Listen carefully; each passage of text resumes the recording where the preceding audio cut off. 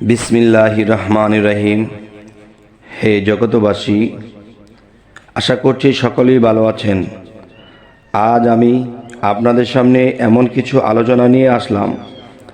সে আলোচনাগুলো হলো যে এই বিষয় যে মানুষ বিভিন্ন সময় বিভিন্ন চিন্তা ভাবনায় থাকে যে আমরা বেঁচে আছি, খাইতেছি, চলতেছি, হায় রে আমাদের তো একদিন মৃত্যু হবেই। যেই দিন আমাদের মৃত্যু হবে সেই দিন আমাদের সামনে যখন আজরাইল দাঁড়াবে তখন আমাদের মৃত্যুর না জানি কত কষ্ট সইতে হয়, এমন কিছু চিন্তাও মানুষে করে। তবে আজ আমি আপনাদের সামনে যে আলোচনাটি নিয়ে এসেছি সেই আলোচনাটি হবে কিসের উপর? মৃত্যুর যন্ত্রণার সহজ হওয়ার আমল। আল্লাহ আমাদেরকে তৌফিক দান করুন, আর আমিও যেন আপনাদেরকে বুঝিয়ে বলতে পারি ইনশাআল্লাহ। সেটি হলো মৃত্যুর যন্ত্রণার সহজ হওয়ার আমল। তো এই আলোচনাটি একটু মনোযোগ সহকারে শুনবেন ইনশাআল্লাহ। যে মৃত্যুকালে কঠিন যন্ত্রণা থেকে রক্ষা পাওয়ার জন্য সর্বদা আয়াতুল কুরসি পাঠ করিতে হবে। আচ্ছা, এখন আয়াতুল কুরসি যে পাঠ করবেন, এখন দেখবেন যে এই আয়াতুল কুরসি এমনই একটি শ্রেষ্ঠ আয়াত।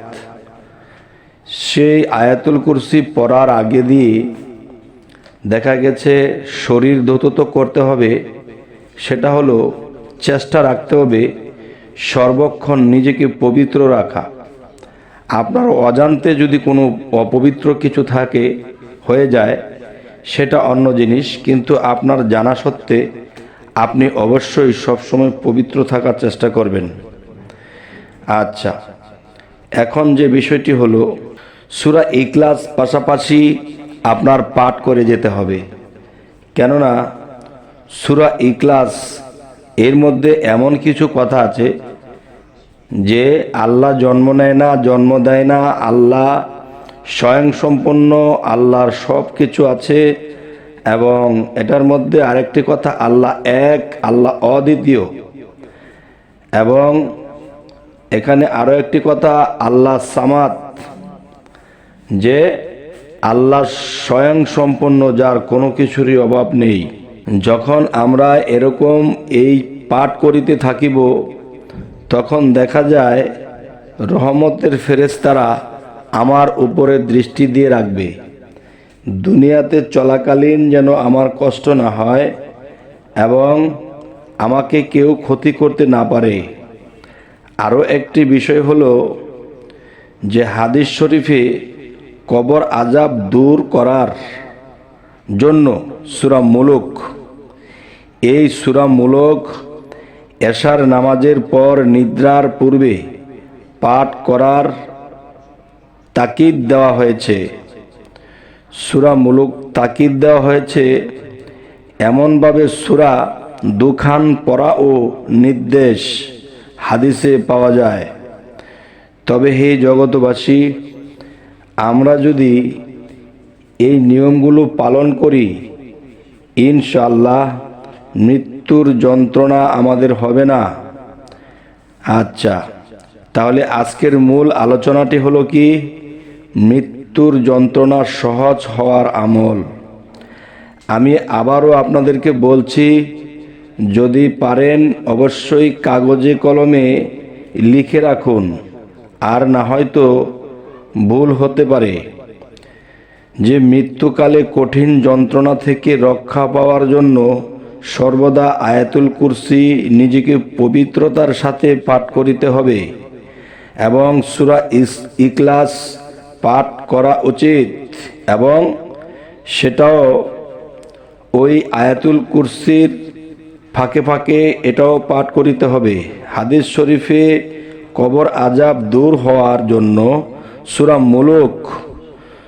মুলক এর কথা বলা হয়েছে। এশার নামাজের পর নিদ্রার পূর্বে পাঠ করার তাকিদ দেওয়া হয়েছে। এমনই ভাবে দুখান পড়ার ও নির্দেশ হাদিসে পাওয়া যায়।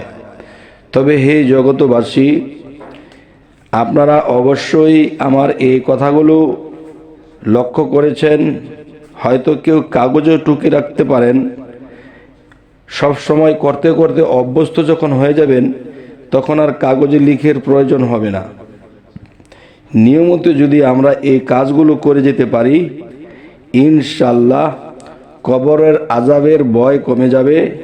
কমে যাবে কি, আল্লাহ স্বয়ংই ফেরেশতা দ্বারা রক্ষা করিবেন এবং মৃত্যুর যন্ত্রণা হইতে রক্ষা পাওয়া যাইবে। আর মৃত্যুটা আপনার এমনভাবেই হবে যে আপনি যদি মায়ের দুগ্ধ পান করেন, তখন দুগ্ধ পান করতে করতে করতে করতে যখন কখন ঘুমিয়ে পড়েছেন আপনি জানেন না। তো এরকম আমি কখন মৃত্যুবরণ করেছি আমি জানিই না, তাহলে আমি কষ্ট পাবো কি করে? তাই মৃত্যুর যন্ত্রণা যেন এরকম আরামদায়ক হয়, এই জন্য আমরা এই নিয়মগুলো করব। এবং অবশ্যই যেন ভুল না হয়, যেভাবে সূরাগুলো যেই নিয়মে পাঠ করার কথা বলা হয়েছে, এই নিয়মে যদি করা যায়, ইনশাআল্লাহ আল্লাহ আমাদেরকে কবর আযাব এবং মৃত্যুর যন্ত্রণা হইতে রক্ষা করিবেন। তবে সকলেই ভালো থাকবেন এবং আমাদের চ্যানেলে যারা নতুন, অবশ্যই সাবস্ক্রাইব করে নেবেন পরবর্তীতে ভালো আলোচনা পাওয়ার জন্য। সকলেই ভালো থাকবেন। আল্লাহ হাফিজ।